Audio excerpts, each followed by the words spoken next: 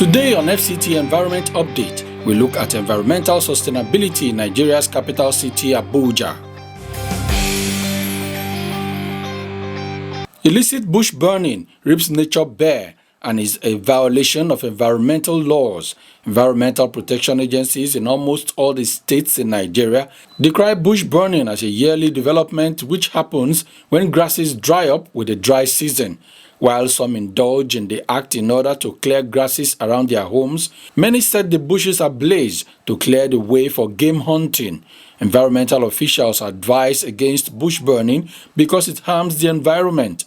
Also, houses and other properties, including farms, have been reported to be razed down by uncontrolled bush fires. Oyo State Governor Senator Abiola Ajimobi has defended the ongoing demolition of illegal structures and shanties across the state, stressing that the urban renewal program currently being executed by his administration was not meant to inflict unnecessary hardship on the lives of the people. Rather, it is aimed at giving the state the necessary facelift.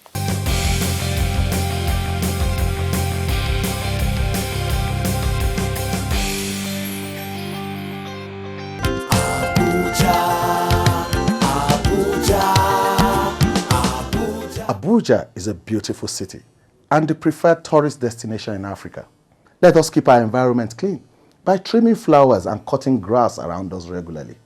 Dispose of our refuse in waste bins and stop all forms of environmental pollution because they are injurious to our health.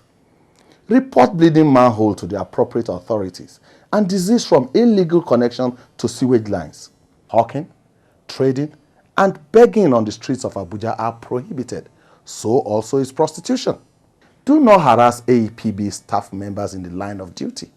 If you are caught, you will face the law.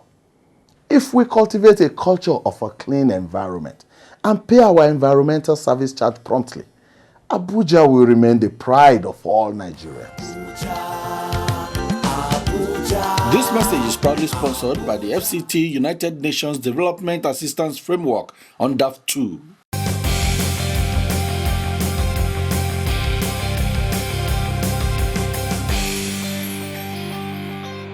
The Abuja Environmental Protection Board's Department of Planning, Research and Statistics helps in securing a sustainable environment through monitoring and control of air, water, and soil pollution, controlling environmental degradation, conducting environmental impact assessment (EIA) of development projects, and maintaining a data bank for the board. This department also conducts and coordinates the board's programs and budget preparation. In pollution monitoring, what they do is to carry out periodic and then routine surveillance of pollution sites within the Federal Capital Territory and even the municipal inclusive. What they do, they survey sources of pollution and then try to discover the source of that pollution and then provide measures of remediation. They do such analysis on water and then the air quality monitoring and then soil monitoring. Not to talk limited to that area, there are cases of noise pollution, especially as it relates to generators in town. Then people even bring complaints, public complaints to the office. And when such complaints get to the office of the director, it is being referred to this department, and then officers will now take charge to go and investigate the matter, see the source, and then provide solution. We have recorded cases, different cases concerning mosques and churches with the microphones and then with loudspeakers causing problem even in residential areas, and we have actually intervened in such cases. For water quality, it is possible to have pollutant coming from residents, people discharging wastewater directly into the streams. If you look in the master plan, there is provision for sewer line, and it is expected that every property within the area where these services are available, people are expected to connect their properties instead of discharging their wastewater directly into the stream. The effect of such act when they discharge into the river is that it affects the living organism, the biodiversity along the river side is negatively affected. The Environmental Monitoring, Planning, Research and Statistics is a department set up to fulfill one of the core objectives of the board, why the board was established, like minimizing the impact of physical development on the environment and securing a quality environment for the inhabitants of the city, of the territory. So what do we do to ensure that we fulfill this our objective? We have the Environmental Impact Assessment Unit under the Environmental Development and Degradation Monitoring, which oversees the review of environmental impact assessment of projects that are within our purview, to ensure that because we know that this is a developing city, when projects are being proposed and to be developed, you conduct an impact assessment to ensure that you have an environmental management plan or a mitigation measures against physical impacts of that project on the environment to ensure sustainable development. We also have the degradation monitoring, like areas where people are doing illegal quarrying, sand borrowing, and so on and so forth. Then we also have what we call pollution monitoring. You know that in a city like this or in a territory like this, we have a lot of emissions, and because of emissions, we have been having global warming and consequent climatic changes. So we have also a unit in charge of that to ensure that emissions, either from vehicles, from generators, from industries, they are properly abated. The ordinary person on the street thinks AEPB is just about picking litter on the streets. It goes beyond it. In fact, development itself can have a negative impact on the environment.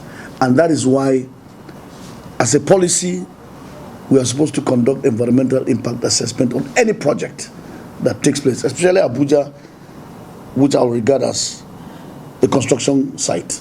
Abuja in itself is a construction site, has been a construction site for several years now.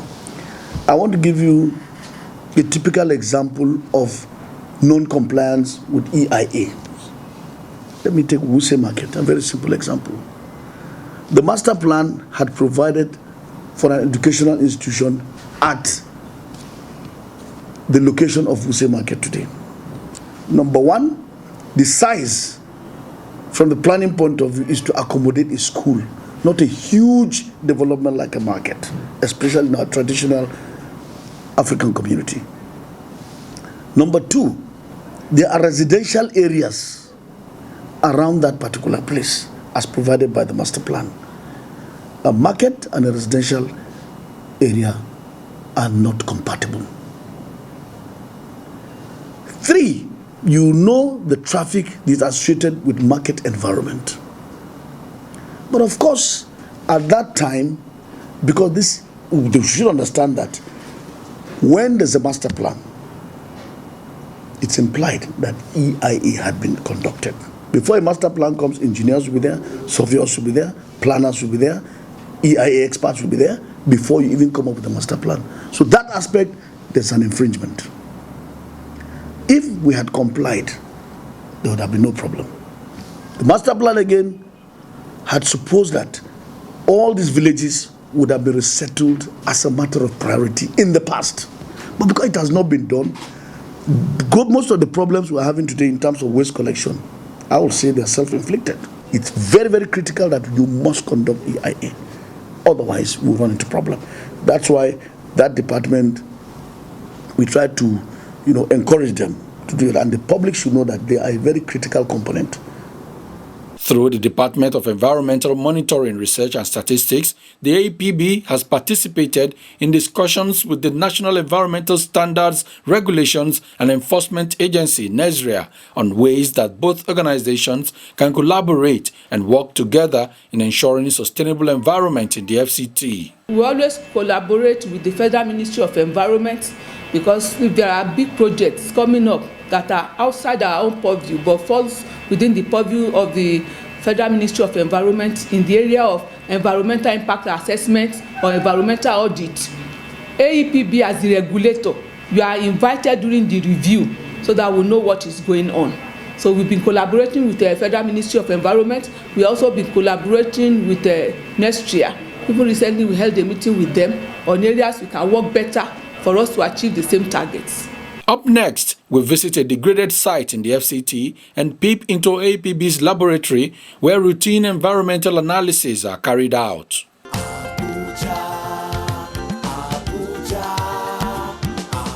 This Abuja fine no be small. Now you make plenty tourists them they like to visit this our city. Because of that, we must to make sure say everywhere they clean every time. Make we dey cut grass and flower them wey don't grow for our house. Throw away dirty and yamayama inside dustbin. No spoil air with black smoke. That one fit cause sickness for body. If you see sockaway wey don full, make you call Abuja Environmental Protection Board quick. No follow them fight oh. Now they work then they do. Now on face to sell market for road, they beg or even do opio for night. If they catch you, you go hear am.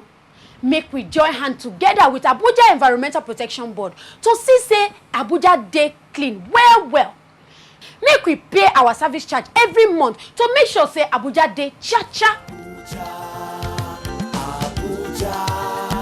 Now the FCT United Nations Development Assistance Framework, UNDAF 2, they bring on this message. This is our environment. This is where business is. This is where life is. If there is no environment, there's not going to be life. There's not going to be business. There's not going to be human rights. So to say, to me, I think environmental rights comes first. In other words, let us not do things that are inimical to the environment. We are not afraid of constructive criticisms where you need to make your voice heard. To help us serve you better. We have avenue you can do that. We're on Twitter, we're on Facebook. We also have hotlines in the office, in our office, and you can make use of those avenue to make your voice heard. In terms of environment management in the FCT.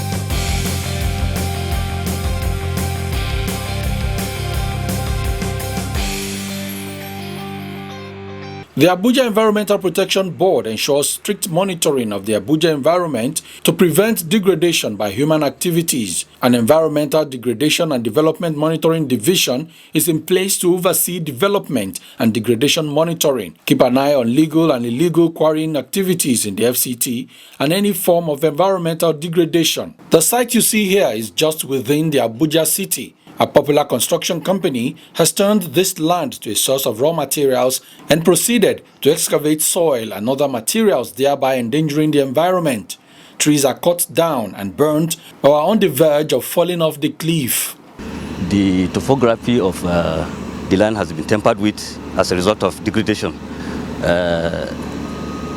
Precisely as a result of excavation, the topography, the ecosystem has been tampered with.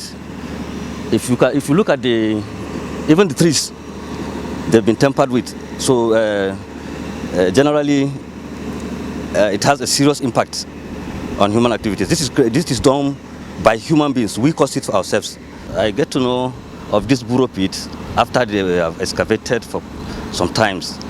So the only thing I did was to stop them from doing what they are doing instantly, which they did. Now we are working towards reclaiming the place so that the company should come back and reclaim the place. After excavation, it is very important that the person excavating should reclaim that place so that it can be used in future. They should get topsoil from somewhere where they are, if there's any construction going on somewhere, they can use either the construction waste or the topsoil to come and reclaim the place.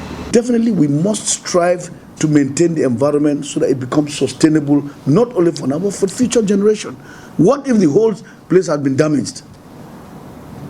Would we be living here today? No. Why do we plant trees after development? It's sustain the environment. You cannot plant a tree that can grow to full maturity within 3 years, but when you see it, it looks very miserable even after 20 years because you don't allow it to mature. And if they don't mature, you don't have cooling. If you don't have cooling, the essence is defeated. Then why are we talking about global warming? So the department is also trying to work on that, and I strongly believe, the Honourable Minister will have no objection to that. We should have a policy on such minor things. They may look minor to you, but there must be policies that will control even the pruning of trees, so that we can enjoy the optimum benefits derivable from these trees. The Abuja Environmental Protection Board ensures that Environmental Impact Assessment (EIA) is done before any project kicks off. The board advocates compliance with the EIA Act by developers, reviews EIA reports, and issues certification for projects or facilities. They also carry out environmental audit and participate in EIA reviews with the Federal Ministry of Environment. The Abuja Environmental Protection Board maintains a laboratory to carry out continuous tests of the Abuja environment. James Silas Dodo is the medical laboratory technologist heading the unit. He talks about the need for these regular tests and gives us a short tour of the modern facilities here. We do a lot of analysis based on what we see outside. Where we go to the field and there are instances where we need to collect samples for this analysis. We go there, we collect the samples, we bring them to the lab, and we do our analysis to find out, is it meeting up? That's where we're talking about the impact now. Maybe the petrol stations, the mechanic workshops, even in our homes today, the environment, people just discharge their waste into the streams. What are we discharging into the streams? We have our aquatic lives in the streams. They are useful. They help treat the water themselves. But in the case that we destroy them, definitely our system becomes something different. The streams are not usable because as we discharge, people far away even from the city, they are using this water. And then we are not talking about their effect downstream as they collect this sample. I mean, the water they take, even the soil around, they do irrigation system.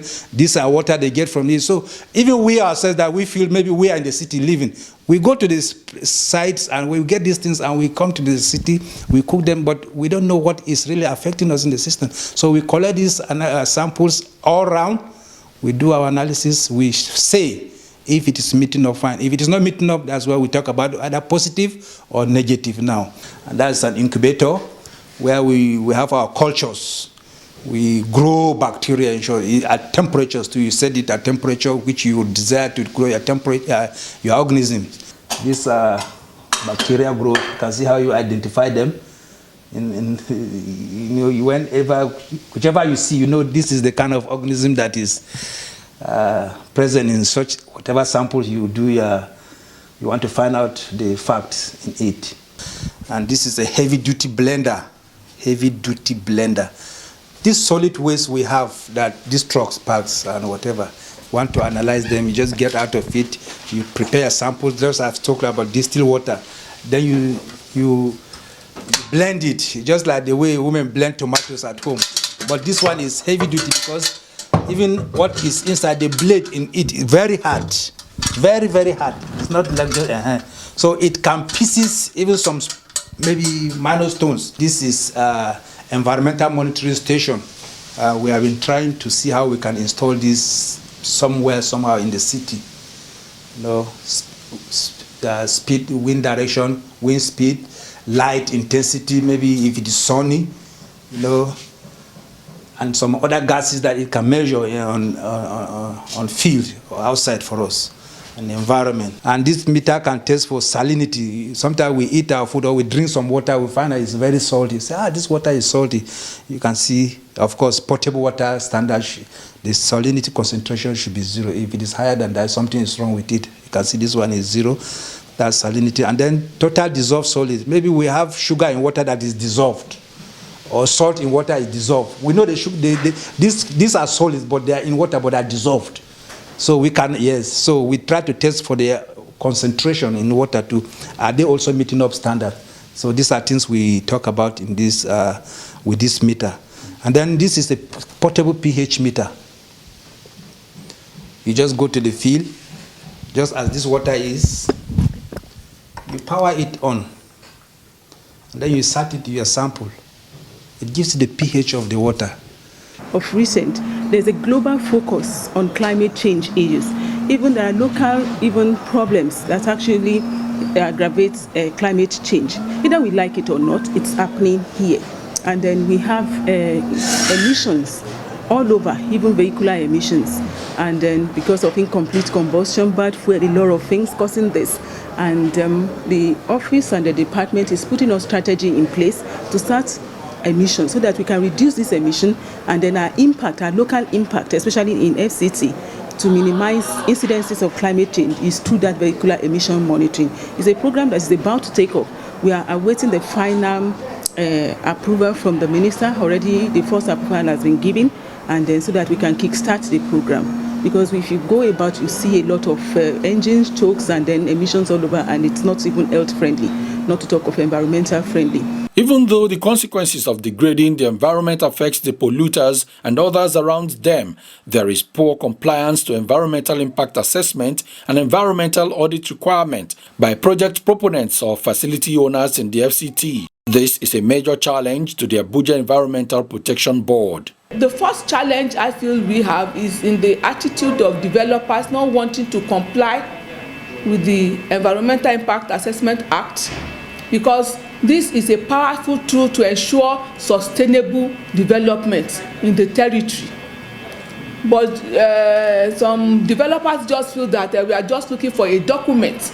Meanwhile, the EIA, the Environmental Impact Assessment, is for their own good, and it's also for the good of the populace, because the resources in the environment, some of them are limited and some are renewable. But we want to ensure that we use these resources for our generation, not jeopardizing the availability of such resources for generations yet to come. So that is the first challenge in this area. And when you come also to the issue of emissions, pollutions, like factories or organizations, you are producing something like the printing factory, and you are discharging your waste into the river course without having a pre-treatment, what I call an effluent treatment plant, to make sure that whatever you are discharging into the environment will not cause an havoc to the inhabitants. So it's very challenging, and I want it's always important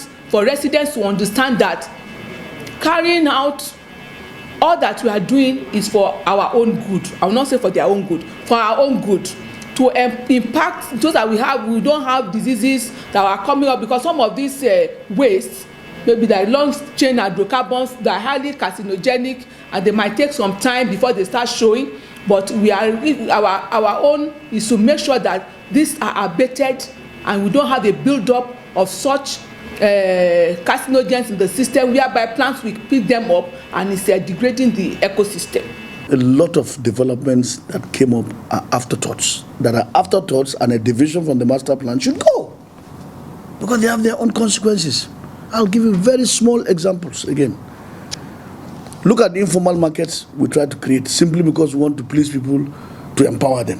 Why must you inconvenience the residents of that neighborhood simply because you want to empower other people? How many people in that neighborhood are actually making their living from that market? No. Area 10, the same thing. That's an informal market. It has congested that place. We know the problems there. If you go to zone 3, the same, there's an informal market. Why? Why? Look at Kekenape, for instance. Yeah, they allow them to come in. But look at the problems they're creating. They're over-congesting the streets. After all, there are 2cc engines. If we are to talk on fairness and justice, there's no difference between Kekenape and the ordinary machine that have been removed. It's the same. For an environmentalist, they are both 2cc engines. And the impact in terms of pollution is the same.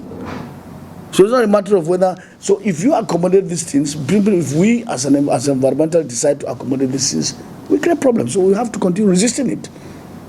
The city center cannot carry all these things. The infrastructure is clearly meant for a particular population threshold. But where you over-congest it, you see vehicles struggling on top of each other, and that's why in the process they even climb the walkways and curbs. If the streets were empty, it's not overloaded, you will not have this problem. Look at the issue of Araba buses. Where can you have buses more than people in the city? It is wrong. If you can't tax this now, and even go and look at so many of them broken down all over our major streets, highways, Mpape, Airport Road, all you see broken down vehicles. There's hardly even neighborhoods, residential neighborhoods, you see dilapidated cars in their parking lots. It's wrong. Let's look at the city as a living being that is struggling to survive.